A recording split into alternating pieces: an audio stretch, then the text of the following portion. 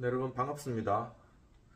에, 오늘도 Leadership in Turbulent Times, 한국어로는 혼란의 시대의 리더의 탄생, 도리스 컨스 구디 교수님의 책을 중심으로 리더십에 관한 그런 내용들을 함께 살펴보도록 하겠습니다.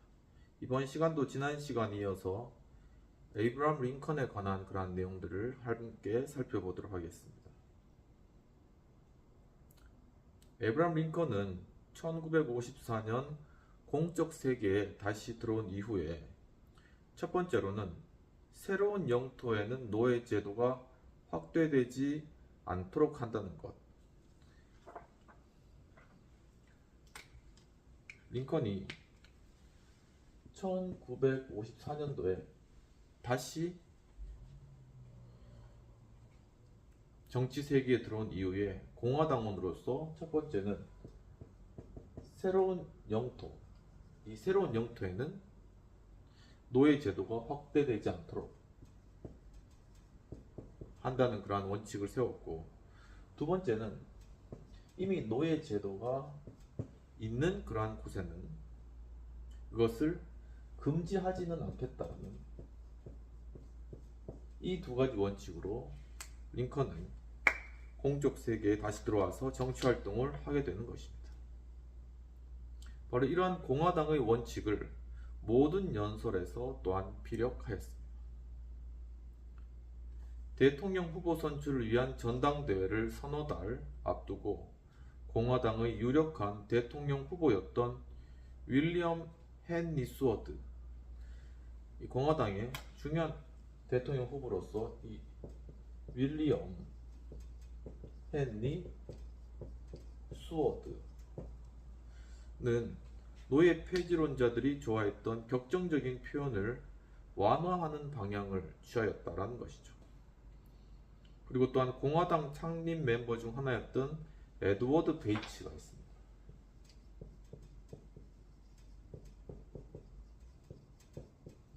이 에드워드 베이츠는 모든 시민에게 평등한 헌법적 권리를 공약하며 자유주의자들의 지지를 얻으려고 노력했다라는 것이죠. 반면에 링컨은 일관된 방향을 유지하게 되었는데 공화당의 두 가지 핵심 정강 정책을 고수하면서 두 노선의 교차점, 즉 공화당 정책에서 극단적인 면들의 완벽한 중도적인 입장을 취하였다는 것입니다. 링컨의 극단적 회피는 계산된 결과가 아니었는데 시카고 데일리의 프레스 앤드 트리뷴이라는 잡지에서 지적했듯이 차분한 본성과 결코 균형을 잃지 않는 정신력의 자연스러운 결과물이었다라고 평가하고 있습니다.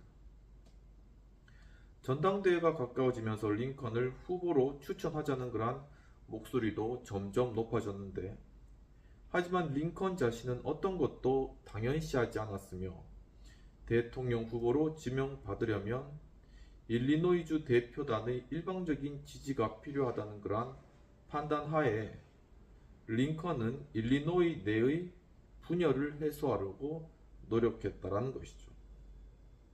일리노이 북부 지역의 한 정치인에게 나는 대통령 후보로 지명받지 못하더라도 크게 상처를 받을 만한 위치에 있지 않다. 그러나 일리노이 대표단의 전폭적인 지지를 얻지 못하면 적지 않게 상처를 받을 것이다. 자네에게 부담이 되지 않는다면 이 문제에 대해서 나를 도와줄 수 없겠나라는 그러한 편지를 보내기도 하였다라는 것입니다. 다행히 전국 전당대회를 열흘 앞두고 일리노이주 공화당원들은 에이브라임 링컨을 만장일치로 투표하라고 대표단에게 지시하는 결의안을 통과시킨 반면에 세먼 체이스는 자신이 당과 오하이오주에 크게 공헌했으니 당연히 오하이오 대표단이 자신을 지지할 것이라고 판단하고 그들로부터 전폭적인 지지를 얻기 위한 어떤 노력도 기울이지 않았다. 또 한 명의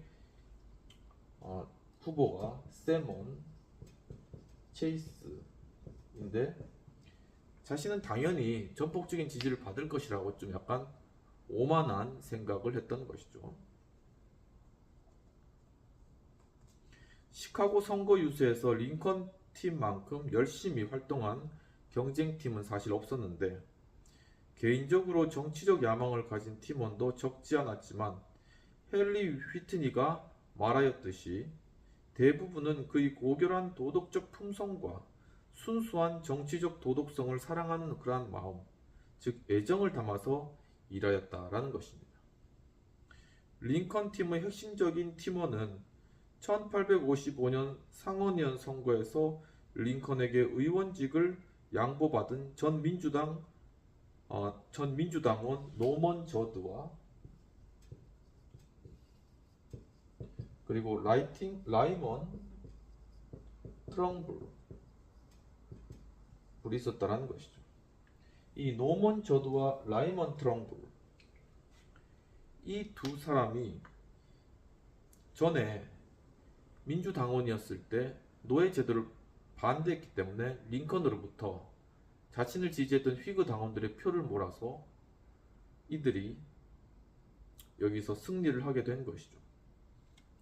바로 그러한 마음을 알기 때문에 노먼 저드와 라이먼 트렁블은 대통령 선거에서 링컨을 지지하였다는 것입니다. 수워드와 체이스는 권력의 사다리를 오르는 과정에서 많은 적을 만든 반면 링컨은 관대함으로 저드와 트럼블을 자기의 편으로 만들었던 것이죠. 굉장히 이렇게 이 포부가 굉장히 큰 그러한 인물이었음을 알 수 있겠습니다. 투표가 시작됐을 때 이 수워드가 1등을 차지하고 체이스와 베이츠가 그 뒤를 따를 것이라고 예측이 된 거죠. 베이츠와 체이스 이 사람이 이 수워드 뒤를 따를 것이다 이렇게 이제 예측을 했는데 하지만 세 번째 투표가 끝났을 때 에이브람 링컨이 후보로 지명되며 많은 사람을 놀라게 했다는 것입니다. 그 이후로 오랫동안 링컨의 승리 요인에 대한 토론이 있었다라는 것이죠. 링컨이 전혀 예상치 못했는데 공화당의 대통령 후보로 올라서게 되었다는 것입니다. 링컨의 승리보다 이 수워드의 패배에 주목하는 학자가 적지 않았고 또한 행운을 지적하는 학자도 많이 있었는데 전당대회가 시카고에서 열렸다는 사실, 즉 일리노이가 주된 전쟁터가 됐다는 사실이 행운이었다라는 그런 의미가 있다라는 것입니다. 우연히 어떤 역할을 했더라도 궁극적으로 링컨의 주된 승리의 요인은 무엇이냐면 그의 남다른 리더십, 즉 상황을 기민하게 파악하는 능력과 자신의 판단력과 직관력에 대한 확신, 그리고 누구도 흉내낼 수 없는 근면함과 웅변 능력, 차분한 본성과 드높은 야망이었다라는 것이죠. 그러니까 이 링컨은 그의 리더십적 측면에서 상황 파악이 빨랐고 또한 자신의 판단력과 직관력에 대한 확신, 스스로에 대한 이런 확신이 있었죠. 판단력에 대한 그리고 또한 근면함을 가지고 있었다는 것입니다. 그리고 웅변 능력도 함께 가지고 있었다. 그리고 차분했다라는 것이죠. 그리고 그는 야망을 가지고 있었다라는 것입니다. 이러한 것이 링컨의 리더십의 요소로서 작용했다라는 것을 이야기하고 있는 것입니다. 링컨은 야망을 실현하려고 너그러운 본성을 버리지 않았고 노예제도를 반대하는 대의를 꺾지도 않았는데 대표단에게 링컨의 리더십을 정확히 판단할 만한 기준이 없었을 수 있지만 그들이 신생 정당을 승리로 인도할 최적임자를 선택했다는 것은 그 이후의 사건들로 입증이 되었다라는 것입니다.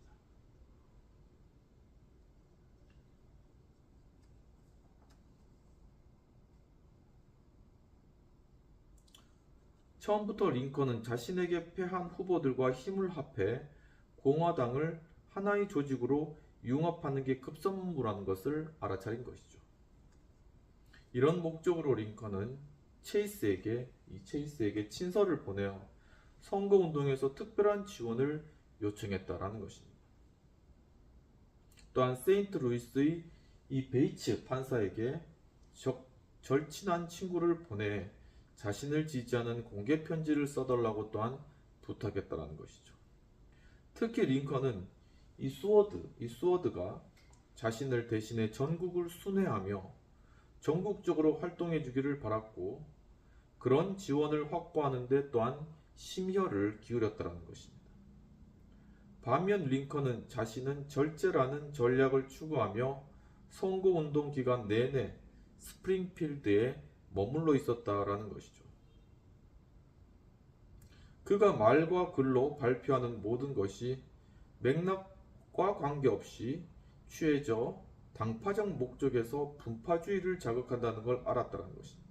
어떤 이야기를 하든지 그것이 이 당을 분열시키는 하나의 수단으로 사용될 수 있다는 것을 링컨은 잘 알고 있었다는 것이죠.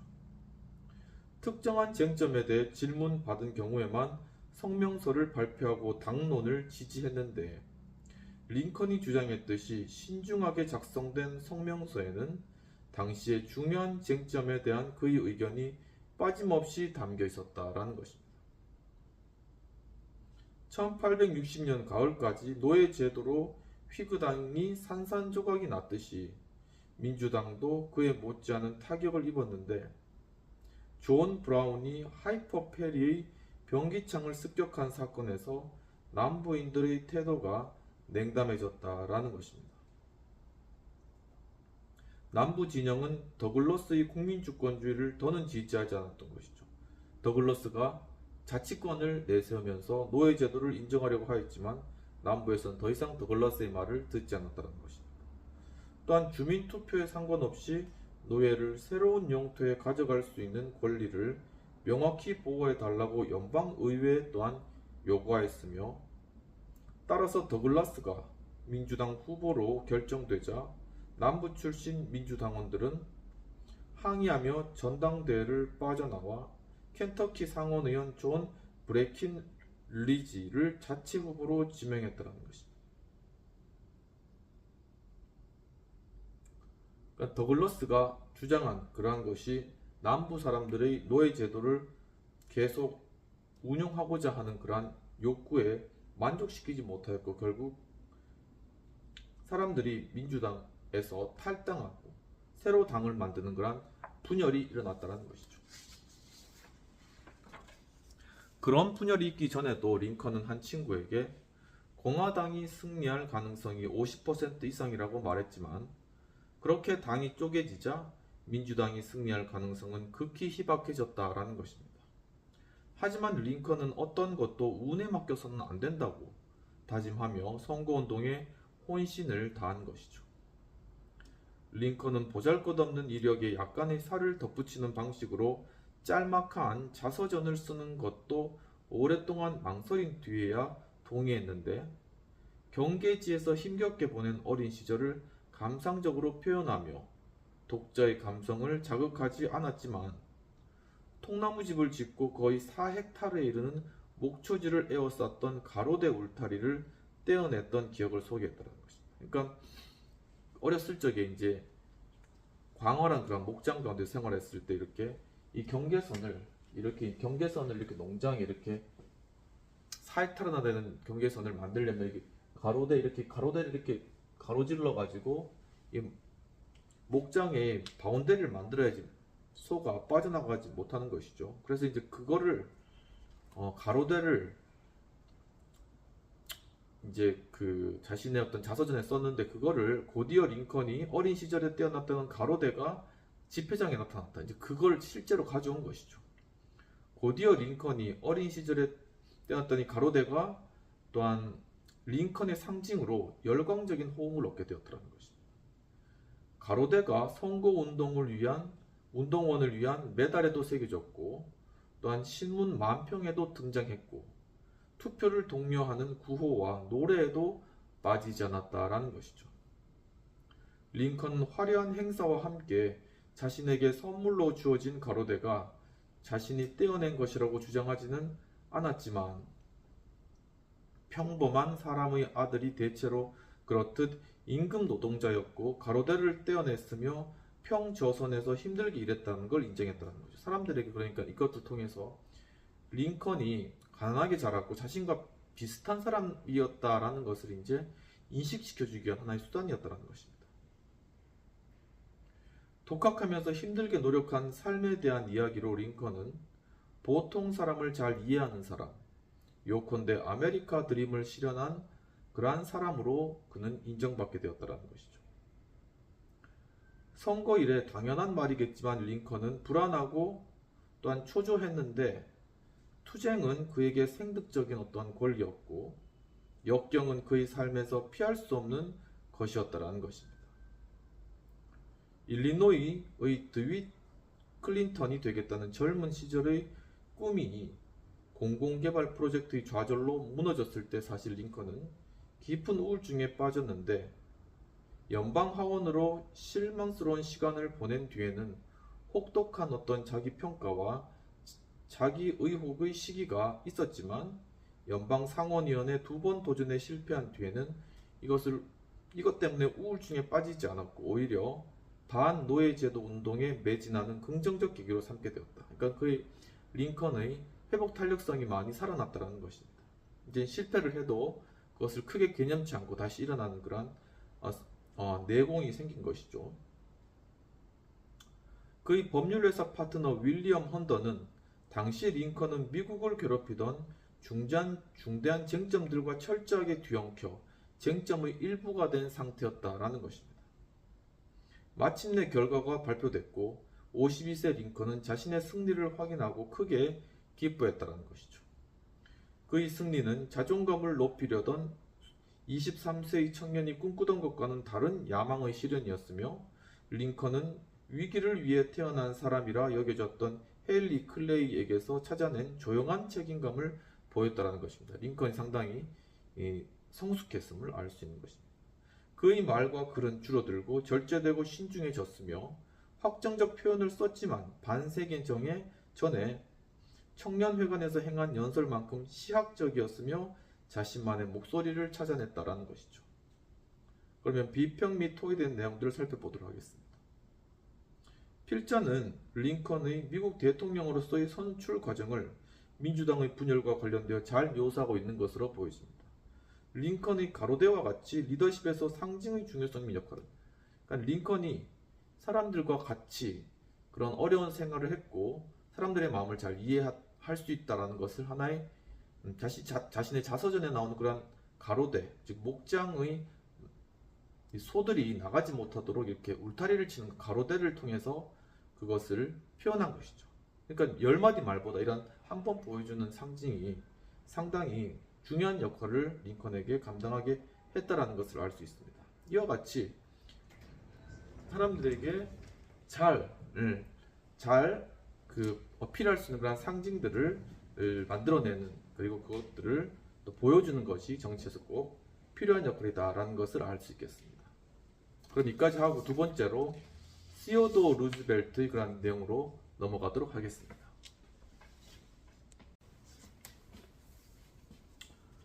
네, 그러면 이제 두 번째 역경과 성장에 관련된 2부로서 시어도어 루즈벨트에 관한 그런 역경과 성장에 관한 그런 내용들을 살펴보도록 하겠습니다. 올보니 주의회에 참석하고 있던 시어도어 루즈벨트가 이제 주의회 의원으로서 활동하고 있었던 바로 그때 활발한 그런 정치 활동을 이제 펼친 것이죠. 그런데 건강한 첫 딸을 얻었다는 그런 소식을, 즉 아버지가 됐다는 어떤 반가운 정보를 하지만 곧이어 또 하나의 정보를 받고 온몸에서 기운이 빠지는 듯한 기분이었다라는 것입니다. 루즈벨트는 주의회를 박차고 나와 뉴욕시행 기차에 올라탔는데 뉴욕시에는 아내 앨리스를 돕고 첫 아이의 탄생을 축하하려고 모든 가족이 모여 있었다라는 것이죠. 그때 이제 루즈벨트의 아내가 임신하고 이제 그 아이를 낳으려고 하는 그런 순간이었기 때문에 이 시어도어 루즈벨트의 가족들이 다 뉴욕에 모여 있었다는 것입니다. 그런데 6시간 후에 루즈벨트는 비장한 비극에나 있을 법한 악몽 같은 슬픔에 빠져들었다라는 것이죠. 시어도어가 집에 도착하자 동생 엘리엇이 이렇게 이야기했다고 합니다. 우리 집에 저주가 내린 것 같아. 엄마가 죽어가고 있어, 형수님도. 이렇게 이제 이야기한 것이죠. 그러니까 갑자기 이제 시어도어에게 이제 혼비백산할 그런 일들이 생긴 것입니다. 자정 무렵에 두 여인은 반혼수 상태에 빠져들었고 49세이던 어머니 마티는 여전히 젊어 보이는 어떤 아름다운 여인이었다는 것입니다. 또한 심한 감기로 여겨졌지만 사실 치명적인 장티푸스로 밝혀진 그러한 질병에 그가 시달리고 있었다라는 것이죠. 시어도어는 새벽 3시까지 어머니의 머리맡을 지켰지만 마티는 결국 그 시간에 세상을 떠나게 되었다라는 것입니다. 그로부터 12시간이 지나지 않아 시어도어는 또한 싸늘한 시신으로 변한 젊은 아내를 품에 안아야 하는 그러한 상황이 되었다라는 것이죠. 나중에 밝혀진 바에 따르면 앨리스의 사인은 급성 신장병이었다는 것입니다. 임신 때문에 그 증상이 드러나지 않았던 그러한 것이었는데 그날 밤에 26세의 시어도어는 일기에 빛이 내 삶에서 사라졌다라고 그렇게 썼고 그날 밤에 그렇게 일기에다가 그렇게 쓰고 난 뒤에 커다랗게 이렇게 X자를 거기다가 이렇게 빛이 내 삶에 사라졌다 이렇게 쓰고 이렇게 큰 X자를 이렇게 그어버렸다라는 것입니다.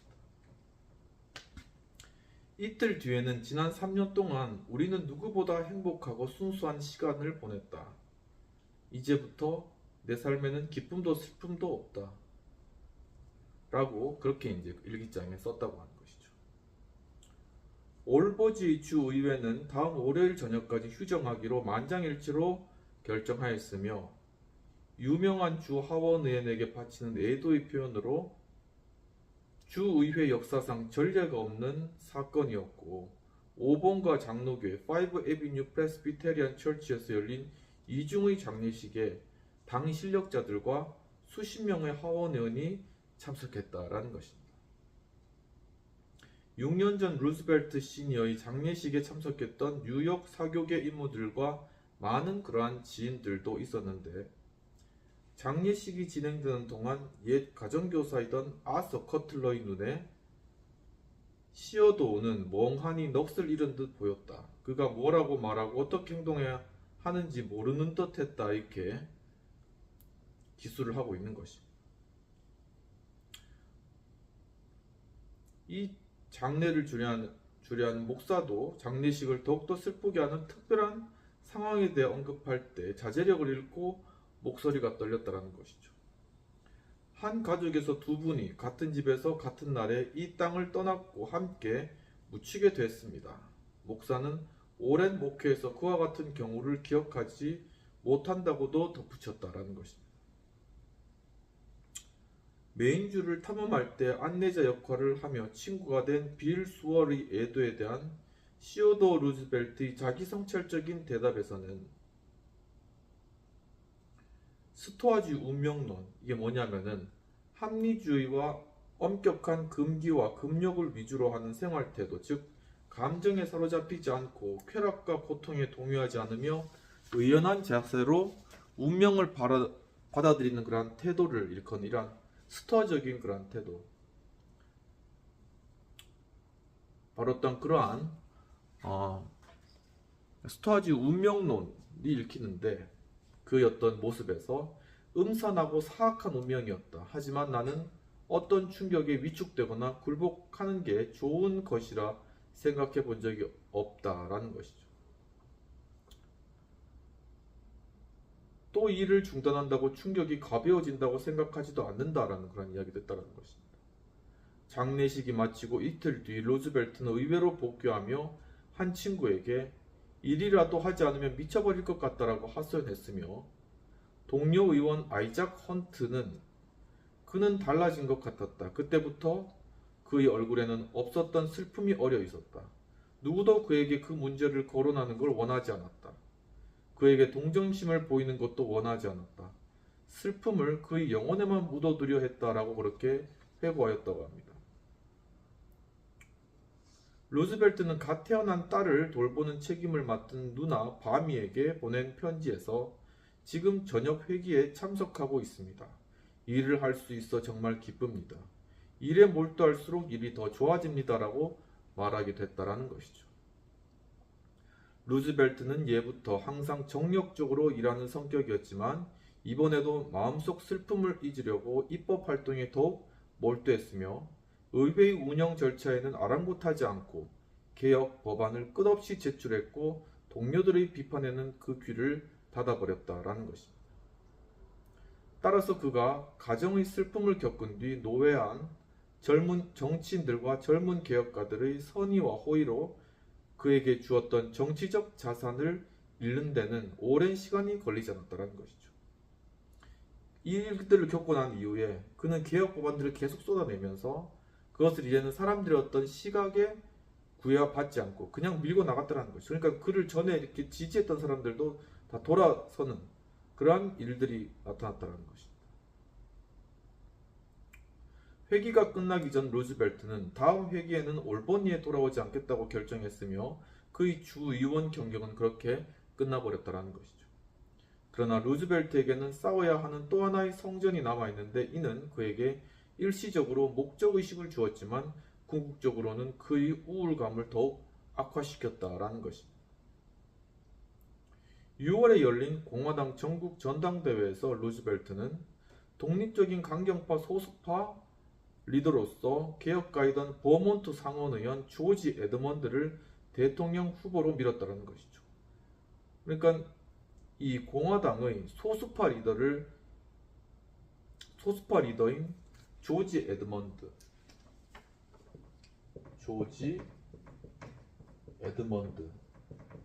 이 조지 에드먼드를 대통령 후보로 밀었다는 것입니다. 하지만 한편 당 실력자들은 제임스 G. 블레인을 대통령 후보로 지명을 했으며, 개혁가들이 블레인을 남북전쟁 후 도덕적으로 부패한 공화당의 상징으로 점찍되는 충분한 이유가 있었다라는 것이죠. 그러니까 이 당시 이제 다 공화당원들이 이 블레인, 약간 도덕적으로 문제 있는 블레인을 다 지지했지만은 루즈벨트는 조지 에드먼드를 지지함으로 말미암아 기존 공화당원들에게 상당한 어떤 그런 불만을 불러일으킨 것이죠. 그럼 비평이 토의된 내용들을 살펴보도록 하겠습니다. 필자는 주의회 하원 의원 때 시어도 루즈벨트가 처했던 매우 어려운 상황들을 잘 묘사하고 있는 것으로 보입니다. 당시의 분위기, 즉 자신의 어머니와 아내가 동시에 사망하게 된 상황과 그 이후 그의 정치적 행보에 대해 자세하게 묘사하여 루즈벨트가 자신의 일을 통하여 어려움을 극복해내고 있음을 스토아적으로 이것을 잘 보여주고 있다고 보여집니다. 그러면 토론된 내용들은 리더십이 처한 위기, 특히 상실과 관련되어서 이 어려움을 극복할 수 있었던 방법은 무엇이라고 생각하는지, 또한 이러한 위기가 리더십에게 주는 영향력은, 그러니까 이 글만을 살펴보더라도 시어더 루즈벨트는 결국은 자신이 하는 일에 더욱더 몰두함으로써 바로 이러한 어려움을 극복해 나가고 있었던 것이죠. 그리고 또한 이러한 상실감이 도리어 이제는 자신의 계약 법안을 아무런 거리낌이나 어떤 그러한 눈치를 보거나 이런 것들이 없이 그냥 쭉 밀고 나가는 하나의 바로 그러한 계기가 되었다는 것이죠. 그것이 어떻게 보면은 시어더 루즈벨트가 자신의 어떤 개혁 정책을 펼쳐 나갔는데 하나의 그러한 어떤 결심, 어떤 각오 아니면 그런 것들을 해나가는 하나의 그러한 하나의 어떤 사건이 되었다라는 것입니다. 하지만 루즈벨트의 마음에 상당한 상실감과 또한 슬픔, 고통이 이제 그 마음 가운데 찾아오게 된 것이죠. 그러면 과연 이러한 위기 이후에 시어도어 루즈벨트 정치 행보가 어떠했나 하는 그런 부분들을 또한 살펴보도록 하겠습니다.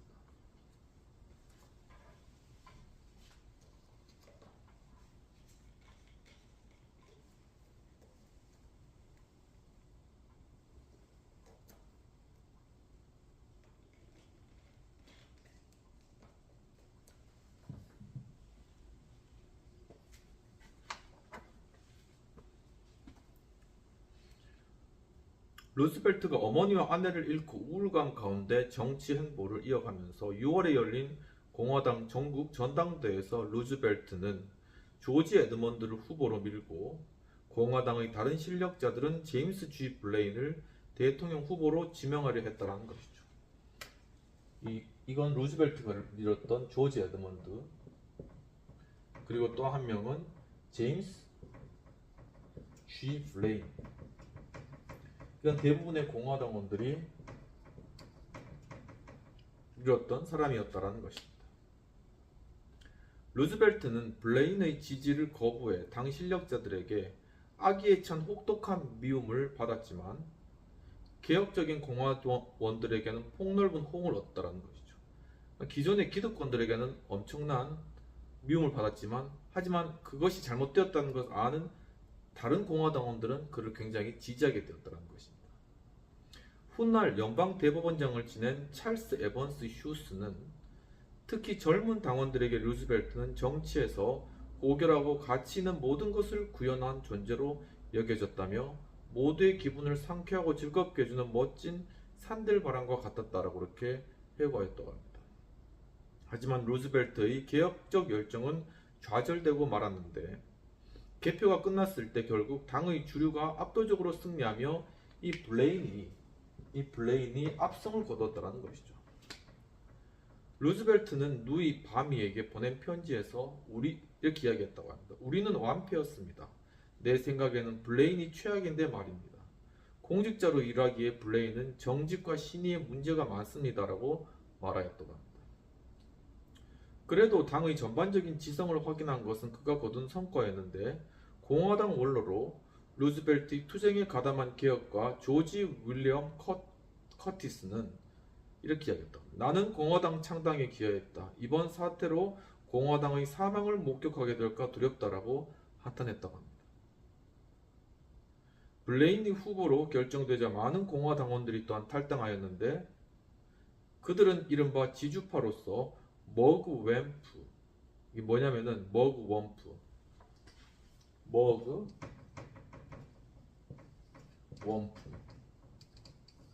당파에 초연한 사람, 당의 방침에 따르지 않는 사람을 이야기하는 것이죠. 머그 웸프를 자처하며 민주당 후보를 지지하겠다고 선언하였다고 하는 것이죠. 자주파는 루즈벨트가 자신들과 함께할 것이라고 확신하였는데 루즈벨트는 전당대회장을 떠날 때 분노에 찬 목소리로 한 기자에게 블레인에게 투표하지 않을 것이다. 민주당 후보가 올곧은 사람이라면 그를 진심으로 지지할 것이다라고 말했다고 합니다. 하지만 수주가 지난 뒤에 그는 입장을 번복하며 자신은 선천적으로나 후천적으로나 공화당원, 즉 정당 정치를 신봉하는 열성당원이라고 발표했다는 것이죠. 그 입장을 바꾸었다는 것입니다. 과거에 당과 함께 했듯이 앞으로도 당과 함께 해야 한다는 의무감을 느낀다는 그러한 뜻이었는데 그는 당과의 관계를 완전히 끊고 싶진 않았던지 전당대회의 결과를 따르겠다고 결정했다는 것이죠. 그러니까 당의 그러한 방향에 자신이 그 방향에 자신을 맞춘 것입니다. 자신의 어떤 개혁적인 성향을 계속 밀고 나가진 않았던 것이죠.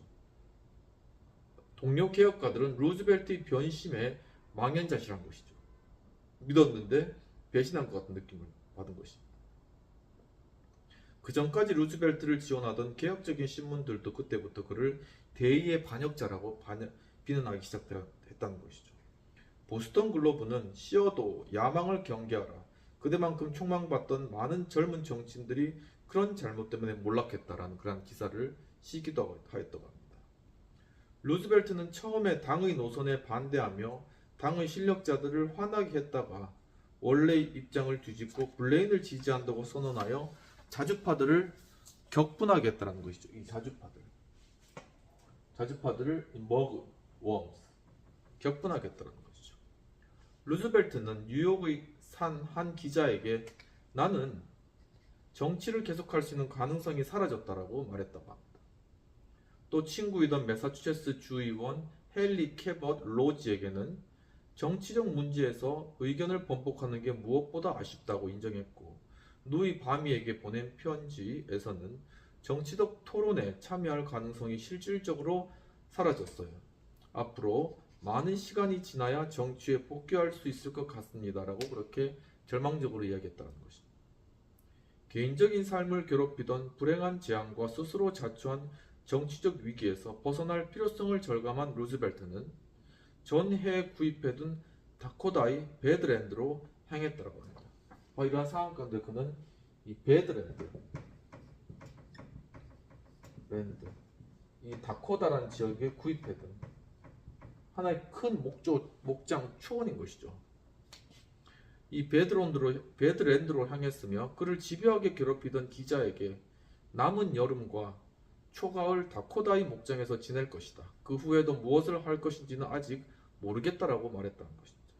개혁가들은 여전히 배신감을 가라앉히지 않았으며 이브닝 포스트는 목장은 물론 세상의 어떤 은신처도 블레인과 같은 사람을 지지한 사람을 지켜주지는 않을 것이다 라고 빈정거렸다는 것이죠.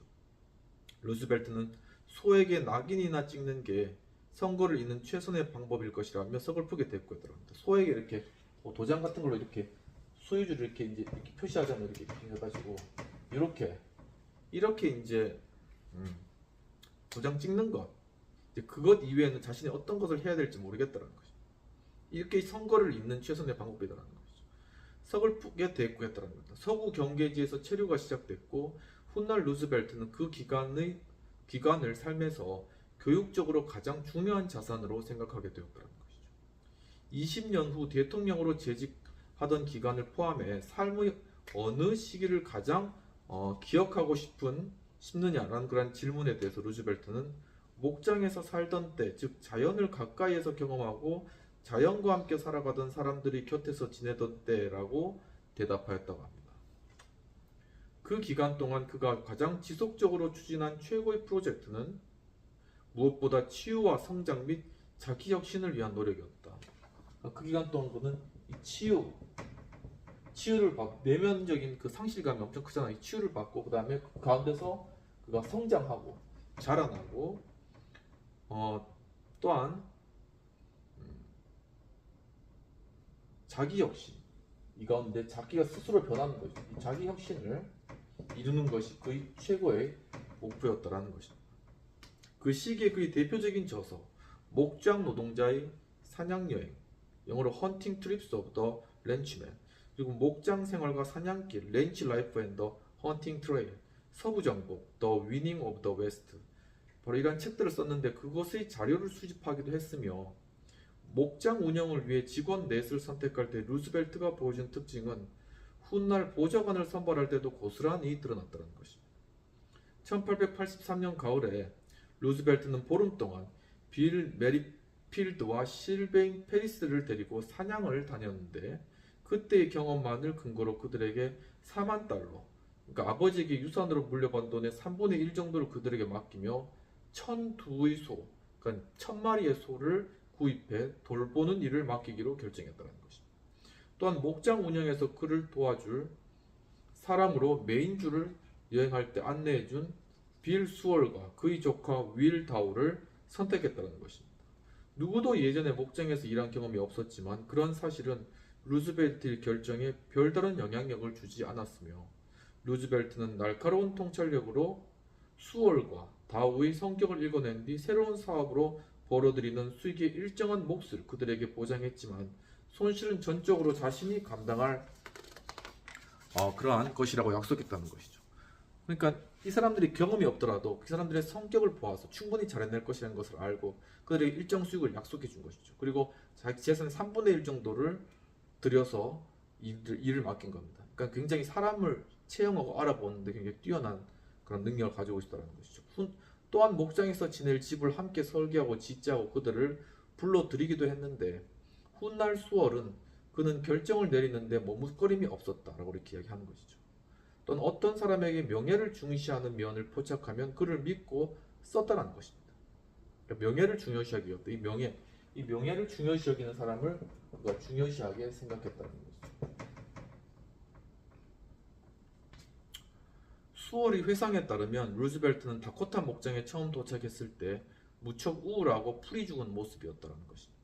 아름답지만 험악한 평원이던 배드랜드의 풍경은 루즈벨트의 적막한 내면을 그대로 대변하는 듯 했고, 극소수에게 그랬듯이 루즈벨트는 수월에게도 자신의 감정을 또한 드러냈다는 것이죠.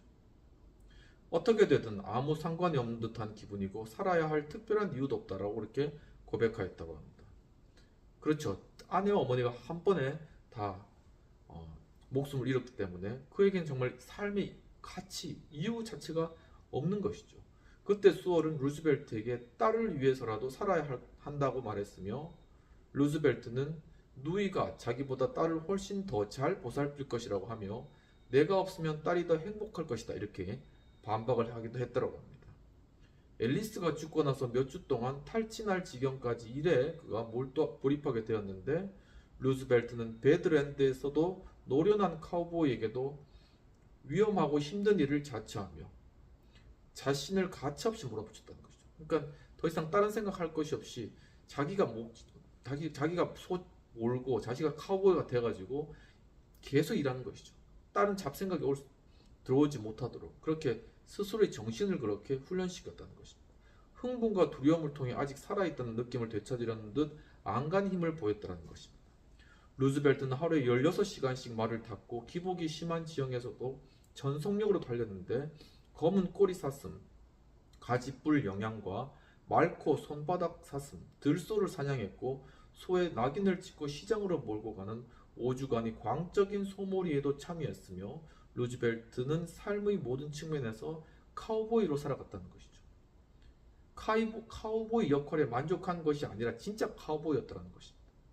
목장일과 카우보이들과 나누는 동료의 지속적인 글쓰기로 그는 잡생각을 떨쳐냈고, 마침내 밤에도 그럭저럭 숙면을 취할 수가 있었는데, 그의 표현을 빌리면 바쁘게 살아가는 사람들에게는 잡념이 끼어들 틈이 거의 없다는 것이죠. 그와 같이 일을 통해서 그는 자신의 상실감을 극복하기 위해서 노력했다는 것입니다. 한때 루즈벨트를 우상화하던 동부의 젊은 개혁가들은 그가 서부에서 이렇게 살아간다는 걸 전혀 몰랐으며, 찰스 에븐스 휴스는 찬란한 기회를 열며 눈부시게 이력을 쌓아가던 사람이 갑자기 사라졌다고, 그것도 처절한 실패 끝에 사라졌다고 생각할 뿐이었다라고 그 당시의 상황을 이야기했다고 합니다. 또한 그는 정계를 완전히 떠났다. 그가 더 이상 뭔가를 할 수 있을 것 같지는 않았다는 것이죠. 그는 사라졌고 심지어는 잘려나간 촛불과 같은 신세였다. 언젠가 우리를 인도하는 빛이 되리라는 생각했지만 그것은 착각이었다라고 덧붙였다고 합니다. 완전히 루즈벨트 인생 자체가 완전히 수력으로 나랑으로 떨어지는 그러한 위기를 맞이하였다라는 것을 알 수 있겠습니다. 비평 및 토론된 내용들을 살펴보도록 하겠습니다. 필자는 시어도 루즈벨트가 고통과 아픔을 겪고 정치적으로 대통령 후보에 대한 지지를 보복하는 등 순환을 겪으면서 정치적 나락으로 떨어진 그러한 모습을 사실적으로 잘 묘사하고 있다고 보여집니다. 이와 같이 리더십이 겪는 순환과 정치적 위기 속에서 시어도가 배드필드로 간 이유는 무엇일까? 이 과정이 필요한 이유는, 그가 배드필드로 간 이유는 그가 더 이상 지금 정계에서 무엇을 할 수 있는 것도 없고, 또한 자신의 아내와 어머니를 동시에 잃은 그런 상실감, 이런 것을 해결할 방법이 없는 거예요. 결국 그가 선택한 방법은 광활한 그러한 목장, 바로 그곳에 가서 거기서 정말 다른 잡념이 들지 않도록 거기서 종일 일하면서 바로 거기 자신을 거의 가혹할 만큼 그렇게 일하면서 그 가운데서 바로 이 세 가지, 자신의 치유가 이루어지고 또 자신의 성장이 이루어지며 자기 혁신을 이루기 위한 그러한 과정들을 그는 꼭 겪어야 됐다는 것입니다. 바로 이러한 과정들이 결국은 루즈벨트로 치유를 받게 하고, 마음가운데 치유를 받게 하고, 그로 정신적인 그런 면들이나 그의 모든 리더십 측면에서 성장이 이루어지게 하고 결국은 자기 혁신까지 이루게 하는 이러한 하나의 계기가 되었다는 것이죠. 이와 같이 리더십에 있어서 이러한 위기와 환란, 이러한 부분들이 분명히 존재하는데, 바로 이러한 것들을 어떻게 극복해 나가느냐 하는 것이 정말 위대한 리더로 성장할 수 있느냐 없느냐를 결정하는 중요한 측면이었다는 것을 알 수 있겠습니다. 오늘 여기까지 하도록 하겠습니다. 그리고 다음 시간에 루즈벨트가 이런 회복 과정을 거쳐서 또한 전개로 다시 나아가는 그런 장면들을 다루도록 하겠습니다. 예, 긴 시간 또 이렇게 리더십 수업 함께 해주신 여러분 감사드리고, 12월 지금 이제 거의 중반을 지나가고 있는데 한 해 동안 또한 지나온 그런 시간들을 또한 한번 반추해보고 또 감사한 것들이 있을 또 감사한 그런 표현들도 한번 건네보고, 그러면서 좀 마음 풍성한 그러한 연말 잘 보내시길 바랍니다. 다음 주에 뵙도록 하겠습니다. 감사합니다.